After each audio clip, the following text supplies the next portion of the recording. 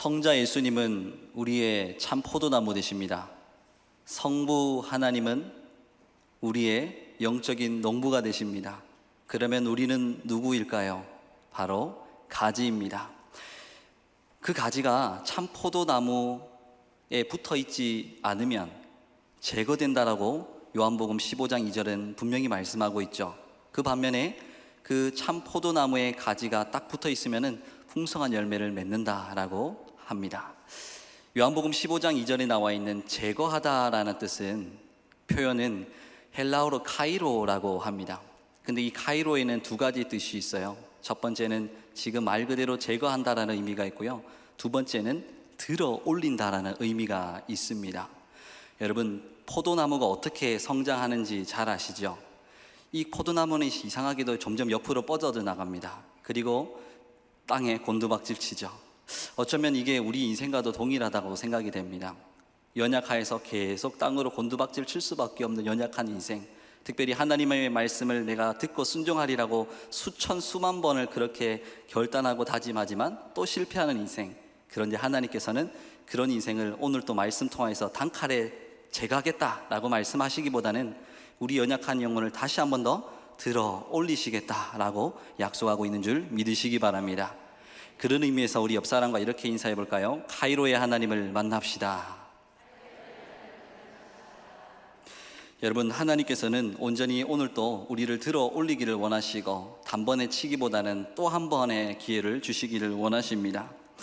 여러분, 제가 4월 말부터 로마서 1장을 두고 설교를 하면서 로마서 배경에 대한 이야기를 잠시 한 적이 있습니다. 혹시 기억나시는 분 계십니까?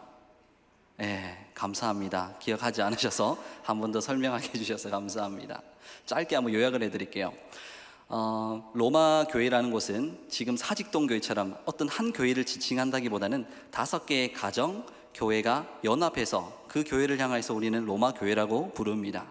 그런데 이 로마 교회 안에는 유대인이 대다수가 비중이 차지되어 있고, 그리고 극소수의 이방인들이 있었다고 합니다. 그러나 처음에는 이 사이가 좋았는데 계속적으로 유대인과 이방인 사이에 분란이 일어났던 건 거예요. 거기다가 엎친 데 덮친 격으로 유대인들이 당시에 경제권을 잡고 있었지 않았겠습니까? 그런데 로마 입장에서는 매우 답답한 상황이 발생하는 거예요. 어떤 일이 있었냐면은 유대인들이 자꾸만 유대교가 맞냐 기독교가 맞냐, 자기네들끼리 유대인들끼리 계속 싸우더라라는 건 거예요.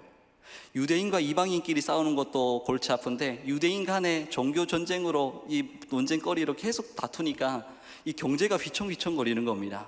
그래서 주후 49년경 글라우디오라는 로마의 황제가 유대인 너가 다 나가라 추방형을 선포합니다. 그래서 로마 교회 다수가 있었던 유대인들이 다 나가버리고요. 그 빈자리를 누가 꿰찼습니까? 이방인들이 꿰찼습니다. 그리고 이방인들이 이 로마 교회라는 교회를 계속적으로 행정도 하고 찬양이 있었으면 찬양을 했을 것이고 설교를 했었을 것이고 모든 것을 이방인들이 이제 담당하기 시작했던 겁니다. 여러분, 처음부터 이방인들이 운영하는 로마 교회가 잘 통치되고 진행이 되어졌을까요? 부흥성장했을까요? 결코 그렇지 않았습니다. 그래서 곤두박질 치기 시작합니다. 그런데 극적인 주의 은혜로 계속적으로 조금씩 흥황하고 부흥하고 성장하기 시작했던 겁니다. 그런데 문제가 또 터졌습니다. 유대인들이 추방된 다음에 약 5년 뒤에 다시 한번 그 유대인들이 로마 교회로 돌아왔습니다. 어떤 문제가 발생했을까요? 짐작이 가시죠? 유대인들이 다시 자기 자리를 내놓으라고 아우성치기 시작합니다.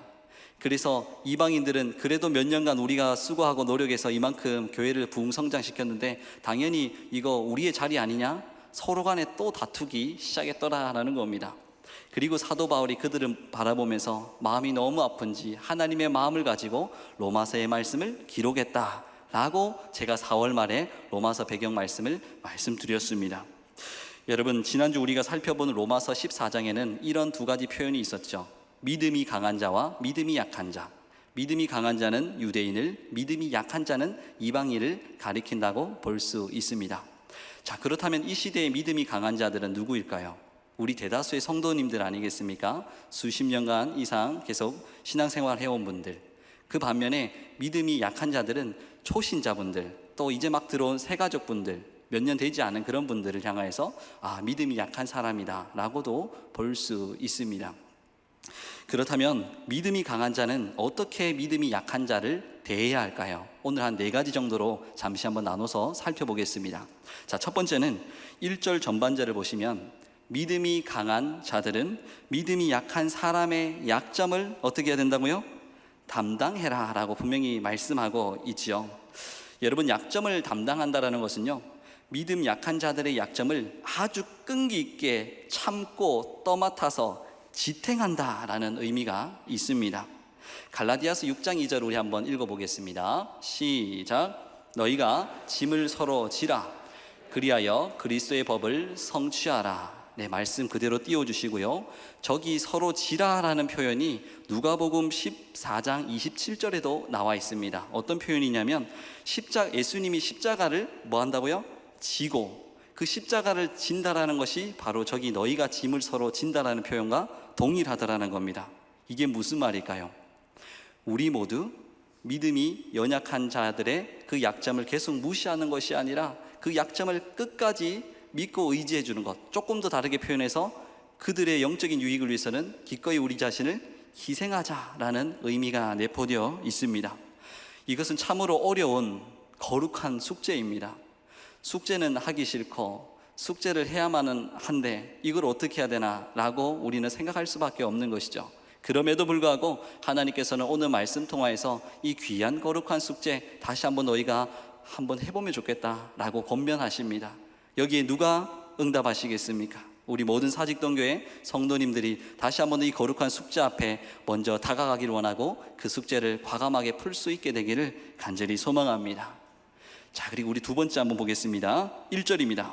자, 믿음이 강한 자는 스스로를 결코 기쁘게 하지 마라 라고 표현합니다.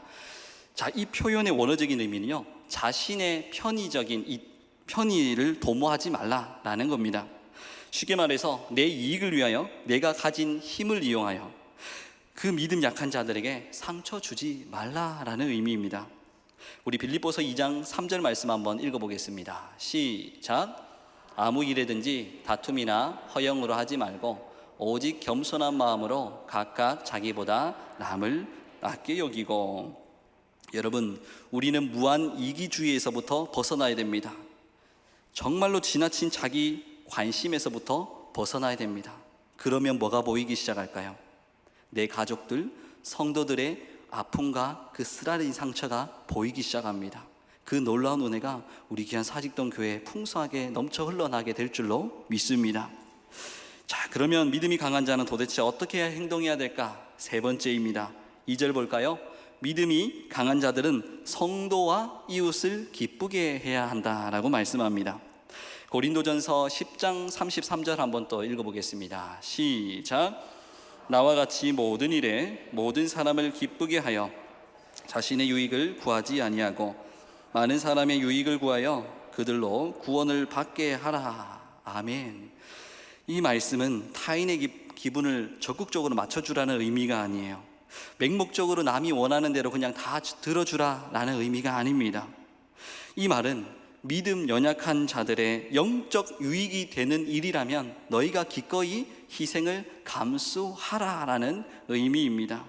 여러분, 이 놀라운 일을 행하신 분이 누구이실까요? 3절에 힌트가 나와 있는데 그분은 우리 주 예수 그리스도인 줄 믿습니다. 그 그리스도께서 자기 자신을 기쁘게 하지 않았다라고 분명히 3절은 이야기하고 있죠.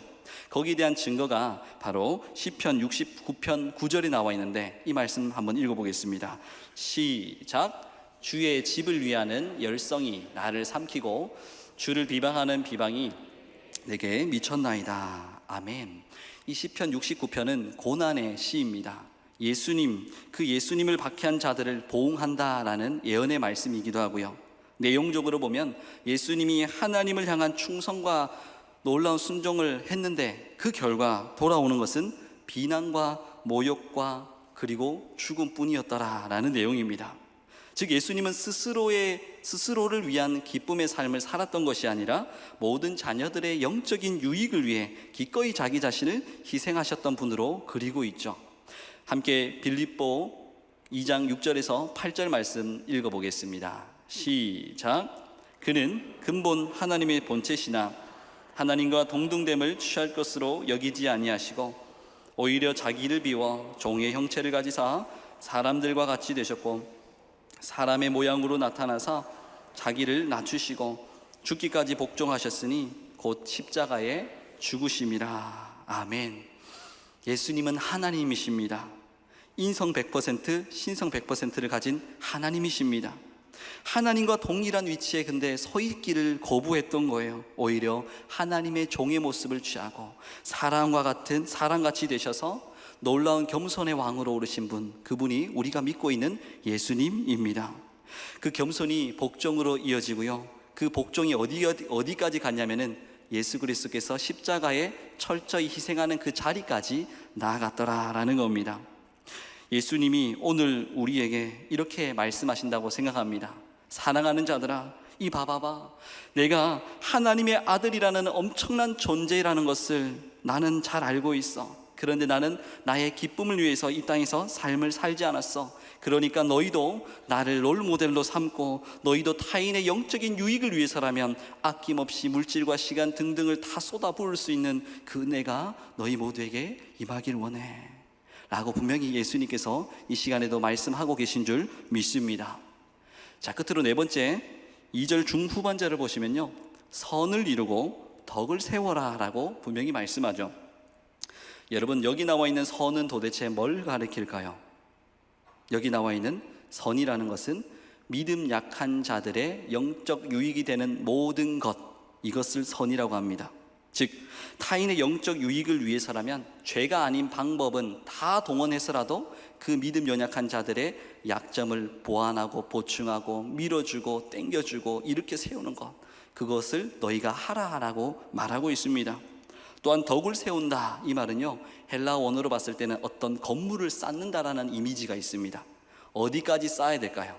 물론 초신자분들, 믿음이 연약한 분들 건물로 치면 1층 정도, 아니 어쩌면 지하에서부터 시작할 겁니다. 그런데 거기에서 아이고 지하에서 사니 1층에서 사니로 끝나는 것이 아니라 계속 하나님의 은혜의 단계에 계속 올라갈 수 있도록 우리가 함께 도와서 그 건물들을, 믿음 연약한 자들의 영적인 그 건물들을 쌓아 올려줘야 된다라는 의미가 덕을 세워라라는 원어적인 의미입니다. 마치 나무에 물을 주고요, 태양에 빛이 비춰질 때에 그 키가 쑥쑥 자라듯이 믿음 연약한 자들의 신앙 성숙을 위해 우리 모두가 힘써 노력할 수 있게 되기를 간절히 축복합니다. 자, 이쯤에서요 이런 의문점이 듭니다. 하나님, 제 코가 석자인데 제 삶을 꾸려나가는데도 너무나도 바쁜 인생인데 도대체 제가 지금 옆에 있는 사람을 볼 수 있는 그런 여력이 안 됩니다. 여유가 없습니다. 그런데 또 이렇게 부담되는 말씀을 주시다니 너무 힘이 듭니다 라는 생각이 불쑥 들 수도 있습니다. 이것이 우리의 현실이기 때문이겠죠. 그러면 그들의 신앙생활의 전반적인 것을 우리가 지탱하고 있는 게 도대체 왜 힘이 드는 걸까? 거기에 대한 해답이 선악과에 있습니다. 이게 도대체 무슨 말일까요? 여러분, 하나님은 온 우주 만물을 창조한 창조주인이 되신 줄 믿으시기 바랍니다. 하나님께서 은혜로 존재하는 우리 사람들은요, 하나님 보시기에 그냥 좋았더라라고 하지 않고 어떻게 표현합니까? 성경에 심히 좋았더라라고 합니다. 그래서 우리 사람들을 갖다가 제품이라고 하지 않아요. 왜냐하면 제품에는 불량품이 있기 마련입니다. 그러나 하나님께서 우리 사람을 보실 때는 제품이 아니라 걸작품인 분명히 부르고 계십니다. 그만큼 이 놀라운 가치와 존귀함, 존엄을 지니고 있었던 첫사람이 누구였을까요? 아담과 하와였습니다. 그런데 하나님께서 선악과만큼은 따먹지 말라라는 금기사항을 우리에게 주셨다는 겁니다. 그 모든 금기사항을 먼저 아담과 하와가 깨뜨려 버린 것이고요. 그러면서 우리가 이 선악과 본문 말씀을 자꾸 묵상하고 생각할수록 이런 질문이 또 듭니다. 하나님, 분명히 하나님이라면 자유의지를 주시고 그 자유의지를 갖다가 선용하는 것이 아니라 악용화해서 분명히 선악과를 따먹을 것이다 라는 것 하나님 아셨죠. 근데 왜 하나님 선악과를 만들어 두셨어요? 왜 아담과 하와를 힘들게 하셨어요? 최초의 사람 이렇게 못살게 굴 수 있습니까? 라는 생각이 불쑥 또 들 때도 있습니다. 그런데 하나님께서 선악과를 금기사항으로 두신 이유가 분명합니다. 그게 뭘까요? 여러분, 금기사항이라는 것은 마치 거울과도 같습니다. 여러분, 거울 앞에서 주로 뭐 하십니까? 춤을 추십니까? 아니요. 주로 내 입에 고춧가루가 끼어 있나 이거 확인하고요, 내 뭔가 옷매무새가 넥타이가 바르게 되어 있나 이런 것들을 확인합니다. 그렇게 확인하려고 거울 앞에 서는 이유가 뭡니까? 거울은 내 현재 있는 모습을 그대로 다 보여주기 때문입니다. 다시 말씀드려서 금기사항, 즉 이 선악과라는 것은 너 자신, 인간이라는 본연의 이 존재 자체가 도대체 어떤 존재인가, 자기 존재의 위치를 알 수 있게 해주는 게 뭐라고요? 금기사항이라는 겁니다. 즉 아담과 하와는 분명히 그 에덴 동산을 거닐면서 선악과를 바라보면서 이런 생각을 했을 겁니다. 야, 저 선악과는 분명히 하나님이 만들어 주셨어. 그리고 나도 하나님 만들어 주셨지. 나는 하나님의 피조물이야. 그런데 하나님께서 저 선악과를 따먹지 말라고 하셨으니까 저 말씀은 내가 반드시 지켜야만 해. 왜? 나는 하나님의 종이요, 하나님의 자녀요, 하나님의 피조물 된 존재이지 내가 결코 하나님을 앞설 수도 없고 동급으로 맞먹을 수도 없는 존재이기 때문이야. 즉 금기사항이라는 걸 통하여서 하나님은 원했던 게 하나였습니다. 아담과 하와, 즉 사람의 원래 위치가 무엇인가를 분명히 너희가 금기사항 그 선악과를 바라보면서 계속 좀 깨달았으면 좋겠고 인지하면서 평생 인류의 놀라운 역사를 써내려갔으면 좋겠어 라는 그 어마어마한 마음의 의도가 계셨던 거예요. 그런데 우리는 하염없이 지금까지 뭘 했습니까? 오해하고 하나님 왜 그러셨습니까? 라고 계속 불평하고 불만하지는 않으셨습니까? 여러분, 아담과 하와, 결국 이 두 사람은 사탄과 마귀의 유혹에 넘어가게 됩니다. 당시 사탄 마귀가 유혹했던 것을 이렇게 저는 요약해 볼 수 있다 생각합니다. 하와야, 저 선악과 먹으면 너도 선악을 분별할 수 있는 판단자가 될 수 있어. 다시 말해 하나님과 동등한 위치에 또 다른 신이 될 수 있어. 그 말을 들은 하와는 분명 하나님께 쪼르르 달려가서 이렇게 고백했어야 됐습니다. 물어야 했습니다. 하나님, 저 뱀이, 사탄 마귀라는 저 녀석이 나한테 자꾸 저거 먹어보라 하는데 진짜 저거 먹으면 하나님과 동등한 어떤 놀라운 위치의 사람이 될 수 있나요? 이렇게 하나님께 물어봤으면 분명 절대로 안 돼 라고 말씀하셨겠죠. 그런데 하와가 그때 하나님께 물어봤다라고 쓰여져 있는 성경 구절은 그 어디에도 없습니다. 누구에게 물어봤을까요? 스스로에게 물어본 건 거예요. 자기 자신에 대한 지나친 그 관심, 그리고 하나님에게서부터 떠나려고 하는 그 죄의 본질을 결코 하와는 또 아담은 벗어날 수가 없었던 겁니다. 여러분, 제가 한 가지 질문 드려도 될까요? 여러분, 죄란 무엇입니까? 죄란 무엇입니까? 주로 죄란 무엇입니까? 라는 질문에 많은 분들이 시기하고 질투하고 거짓말하고 음란하고 이런 것들을 계속 떠올려요. 그런데 이 모든 것들은 죄의 본질, 이 핵심 알맹이에서부터 출발되어서 발현된 것, 그 죄의 결과값이 바로 살인, 시기, 질투, 미움, 음란 등등이라는 겁니다. 그렇다면 이런 질문을 우리가 오늘 이 시대에 우리 스스로에게 던져야 됩니다. 그러면 진짜 죄의 본질은 무엇인가? 진정한 죄의 의미가 무엇인가? 쉽게 요약해 드리겠습니다. 죄라는 것은 결국 하나님의 자리에서 이탈하는 거예요. 그럼 반대로 회개라는 것은 무엇입니까? 자기 스스로 후회하고 그러는 거예요? 아닙니다. 회개라는 것은 하나님의 자리에서 떠난 인생이 다시 한번 하나님의 자리로 돌아오는 것, 그것이 회개이죠. 여러분, 그 죄의 본질 때문에 과거 유대인과 이방인들이 서로 으르렁거리며 싸우고 있습니다. 내가 잘났니? 네가 잘났니? 서로 싸우고 있습니다. 그런데 안타까운 것은요, 2000년 이상 흘러가고 있는데도 불구하고 조금 더 개선도 되지 않았고, 우리는 지금도 성도 간에 싸우고 이웃 간에 싸우고 가족끼리 싸우고 계속 싸웁니다. 왜 그런 걸까요? 어찌할 수 없는 우리의 죄에 타락된 본성 때문에 그렇습니다. 계속해서 서로 간에 무한 상처를 주고 있는 형국이죠. 그래서 하나님은 이 시대에 이런 말씀을 하고 있습니다. 우리 본문 7절 말씀 한번 읽어보겠습니다. 시작. 그러므로 그리스도께서 우리를 받아 하나님께 영광을 돌리심과 같이 너희도 서로 받으라. 아멘이십니까? 여러분, 여기 나와 있는 서로 받는다라는 말의 원어적 의미를 풀어서 이렇게 표현할 수 있다 생각합니다. 서로 밥을 같이 먹어라, 서로를 수용하라, 서로 기쁘게 환영해 주라 라는 의미입니다. 여러분, 어색하면요 밥 먹기 굉장히 힘듭니다. 그렇죠? 마찬가지로 믿음이 강한 자가 믿음이 약한 자와 함께 섞여져서 살아가는 것은 믿음이 강한 자로서는 더 마음이 힘들어요. 분명히 내 기준이 있는데 이 기준대로 못 미치는 사람들을 보면은 정죄감이 이만큼 올라오기 때문입니다. 그래서 계속 그들을 미워하지 않으려고 노력은 하나 계속 미움이 나갈 수밖에 없는 것, 이미 우리 모두가 경험하고 있는 부분 아니겠습니까? 그럼에도 불구하고 믿음이 강하건 약하건 우리가 이 시간 잠깐 옆 사람 앞뒤 사람 보면서 인사하면 좋겠습니다. 따라서 한번 인사해 주시겠습니까? 제가 당신을 받겠습니다. 제가 당신을 기쁘게 환영하겠습니다. 지금 하나님께서 분명히 들으신 줄로 믿습니다. 그 놀라운 고백대로 이 사직동교회 그 놀라운 역사가 일어나게 되기를 간절히 소망합니다. 여러분, 그런데 사실 이 땅을 사는 그리스도인들이 왜 이런 말씀을 모르겠습니까? 그렇죠, 다 알고 있습니다. 그런데 실천하는 게 너무 어려워요. 사도 바울도 그래 했거든요. 오호라 공고야, 누가 이 사망의 몸에서 나를 좀 끌어낼 수 있으랴. 정말 어쩔 수 없는 그 죄의 타락된 본성을 부여잡고 우리는 어쩌면 이 시대도 회개해야 될 줄로 믿습니다. 그래서 저는요 오늘 이 말씀을 선포하고 있지만 서로 받으라 하고 권면하고 덕을 세우라 하고 좋은 말을 많이 하는 것 같지만 사실 이것이 불가능하다고 생각합니다. 아니 어떻게 이 중강 목사 그런 말을 할 수 있습니까? 설교단에서 라고 말씀드릴 수가 있겠지만 제가 오늘 제목을 하나 그래서 붙인 게 있어요. 혹시 오늘 설교 제목 기억나시는 분 계십니까? 맞추시는 분께는 우리 교회 주차장 무료 이용권을 드릴 수 있도록 하겠습니다. 혹시 기억나시는 분 계세요?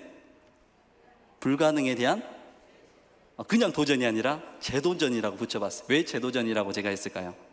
지금까지 우리가 수십 년 신앙생활하면서 이거 도전 많이 해봤거든요. 그래, 저 사람 믿음이 나보다 믿음이 연약한 사람 진짜 사랑해봐야지. 근데 그게 됩니까? 안 됩니다. 이게 불가능하더라는 거예요. 그런데도 불구하고 오늘 또 하나님께서는 우리에게 말씀하시는 거예요. 그 불가능에 너희가 한번 또 재도전을 한번 해보아라 라고 분명히 말씀하고 있는 줄로 믿습니다. 이 불가능에 대해서 다시 한번 재도전할 수 있는 저와 여러분 되기를 간절히 소망합니다. 이 거룩한 무모한 도전에 누가 동참하시겠습니까? 누가 하나님의 애타는 그 들끓는 심정 가지고 그 마음 가지고 믿음 약한 자를 어떻게든지 제가 한번 지탱해 보겠습니다라고 나아가겠습니까? 바로 우리 모두가 이 일에 다시 한 번 더 동참하게 되기를 간절히 축복합니다. 끝으로 이 재도전을 어떻게 시작하면 좋을까요? 우리 함께 5절과 6절 말씀 한번 읽어보겠습니다. 시작. 이제 인내와 위로의 하나님이 너희로 그리스도 예수를 본받아 서로 뜻이 같게 하여 주사 한 마음과 한 입으로 하나님 곧 우리 주 예수 그리스도의 아버지께 영광을 돌리게 하려 하노라. 아멘.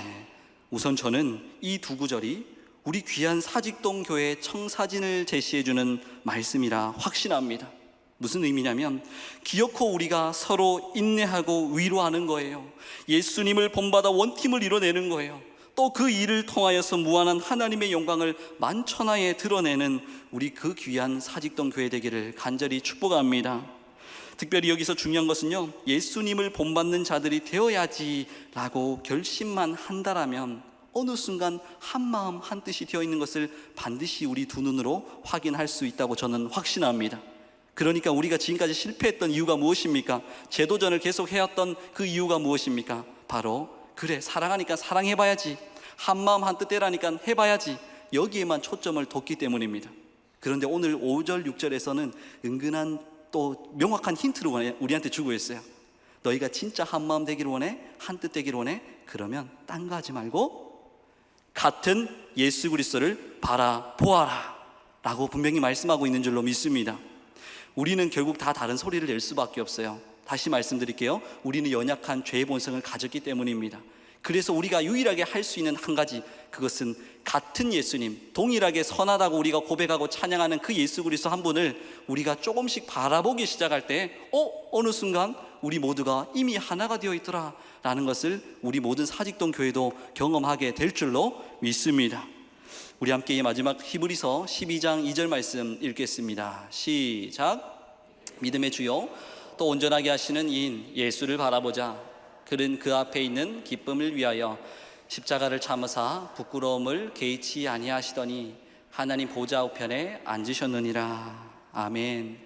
사랑하는 성도님 여러분, 말씀을 맺겠습니다. 여러분, 오늘 마지막 우리 찬송가 콘티에 있었던 것처럼 그 크신 하나님의 사랑, 저는요 이 하나님 말씀을 실천하기 위해서 반드시 해야 될 액션이 있다고 생각합니다. 그것은 우리에게 주신 하나님의 크신 사랑의 보자기를요 먼저 나 자신한테 씌우는 거예요. 그래서 타인이 나로 하여금 하나님의 사랑의 사람이네 보게 하는 거예요. 그리고 여러분들이 또 하나 가지고 있는 하나님의 사랑의 보자기를 다른 가족들에게, 우리 성도들에게 계속 씌워주시는 겁니다. 그리고 어느 순간 보면 다 뭘 입고 있을까요? 눈에는 보이지 않지만 하나님의 영적인 그 사랑의 보자기, 옷을 입고 있더라라는 것이 확인되는 은혜가 있게 되기를 간절히 주님의 이름으로 축복합니다.